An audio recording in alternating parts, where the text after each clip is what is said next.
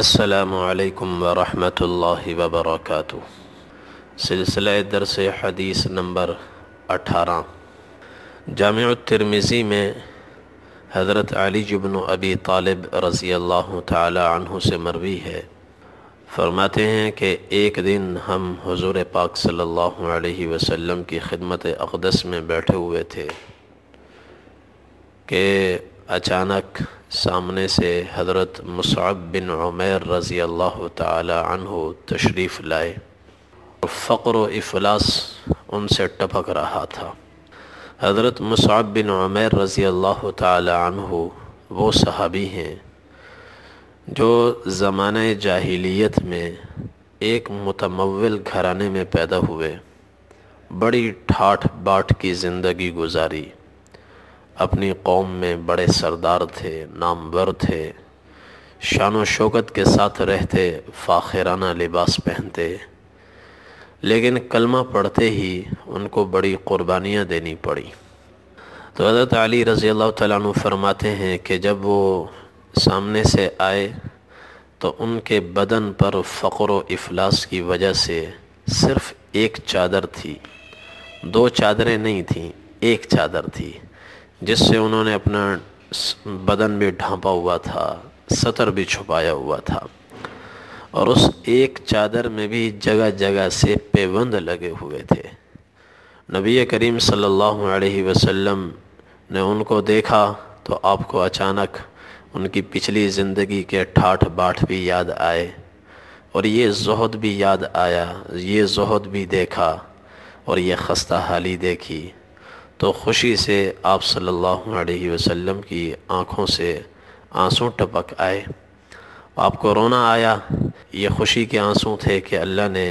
میری امت میں ایسے لوگ بھی پیدا فرمائے جنہوں نے دین کے لیے قربانیاں دیں،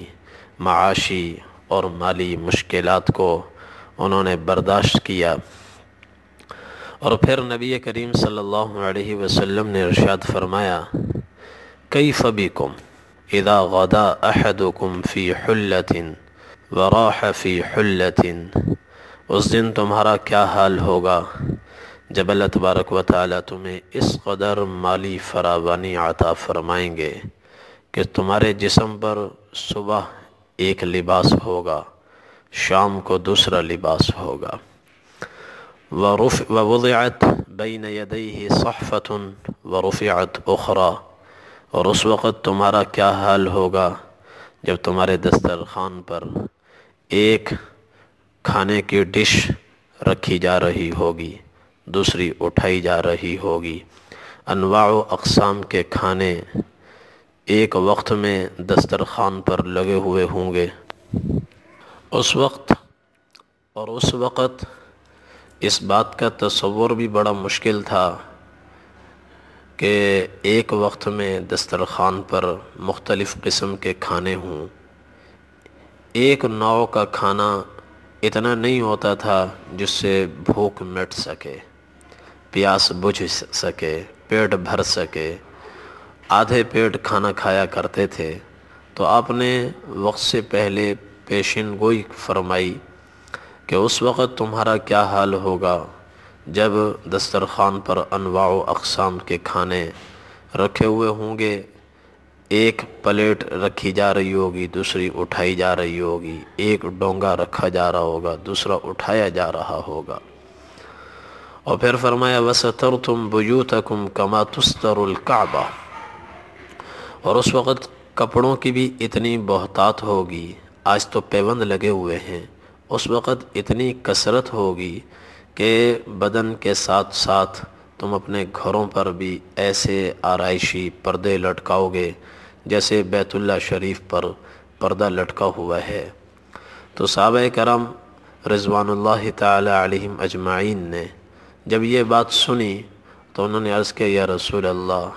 نحن یومئذ خیر من اليوم نتفرغ للعبادہ ونکفی المؤونہ، اے اللہ کے رسول، ہمارا پھر وہ دن آج کے مقابلے میں زیادہ بہتر ہوگا، کیونکہ اس دن ہمیں کوئی فکر معاش لاحق نہیں ہوگی اور کوئی پریشانی، مالی پریشانی نہیں ہوگی، کھانے پینے کی پریشانی نہیں ہوگی، معیشت کا کوئی مسئلہ نہیں ہوگا، اس وقت تو ہم پھر فارغ ہی فارغ ہوں گے اور فراغت میں اللہ کی خوب بڑھ چڑھ کر عبادت کریں گے، تو وہ دن ہمارا زیادہ اچھا ہوگا۔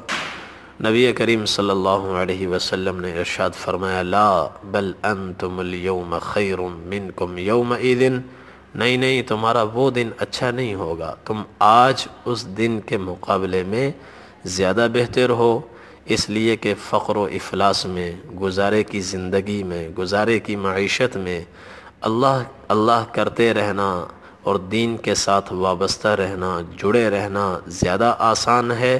بنسبت اس کے کہ مال و دولت کی فراوانی ہو اور آدمی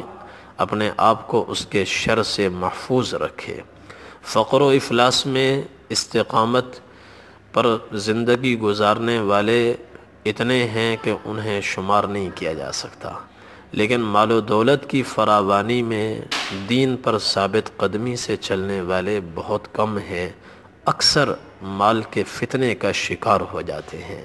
ایسے ہی حضور پاک صلی اللہ علیہ وسلم نے ایک روایت میں صحابہ سے آپ نے ارشاد فرمایا للفقر اخشى علیکم ولكن اخشى علیکم ان تبسط علیکم الدنیا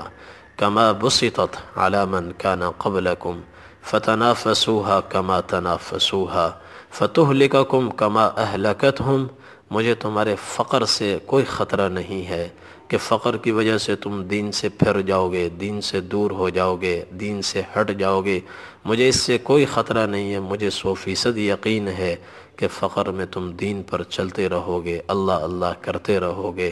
فرائض واجبات ادا کرتے رہو گے، لوگوں کے بھی حقوق ادا کرتے رہو گے۔ ہاں مجھے خطرہ ہے تو اس بات کا ہے کہ کہیں دنیا تم پر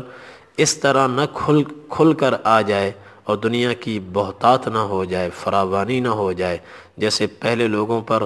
دنیا کی کشادگی ہوئی اور دنیا کی فراوانی ہوئی، اور پھر ان لوگوں نے جیسے پہلوں نے دنیا کی دوڑ لگائی، کہیں تم بھی دنیا کی دوڑ لگانے نہ لگ جاؤ، اور جیسے دنیا نے پہلوں کو تباہ کیا ایسے ہی کہیں دنیا پھر تمہیں تباہ نہ کر دے۔ تو اللہ تبارک و تعالی ہمیں ہر حال میں، ایک تو ہمیں اللہ تعالی آزمائش سے بچائے، فقر بھی آزمائش ہے، مال کی فراوانی بھی آزمائش ہے، ہم بہت کمزور ہیں، اللہ تعالی ہر طرح کے فتنے سے ہماری حفاظت فرمائے، اور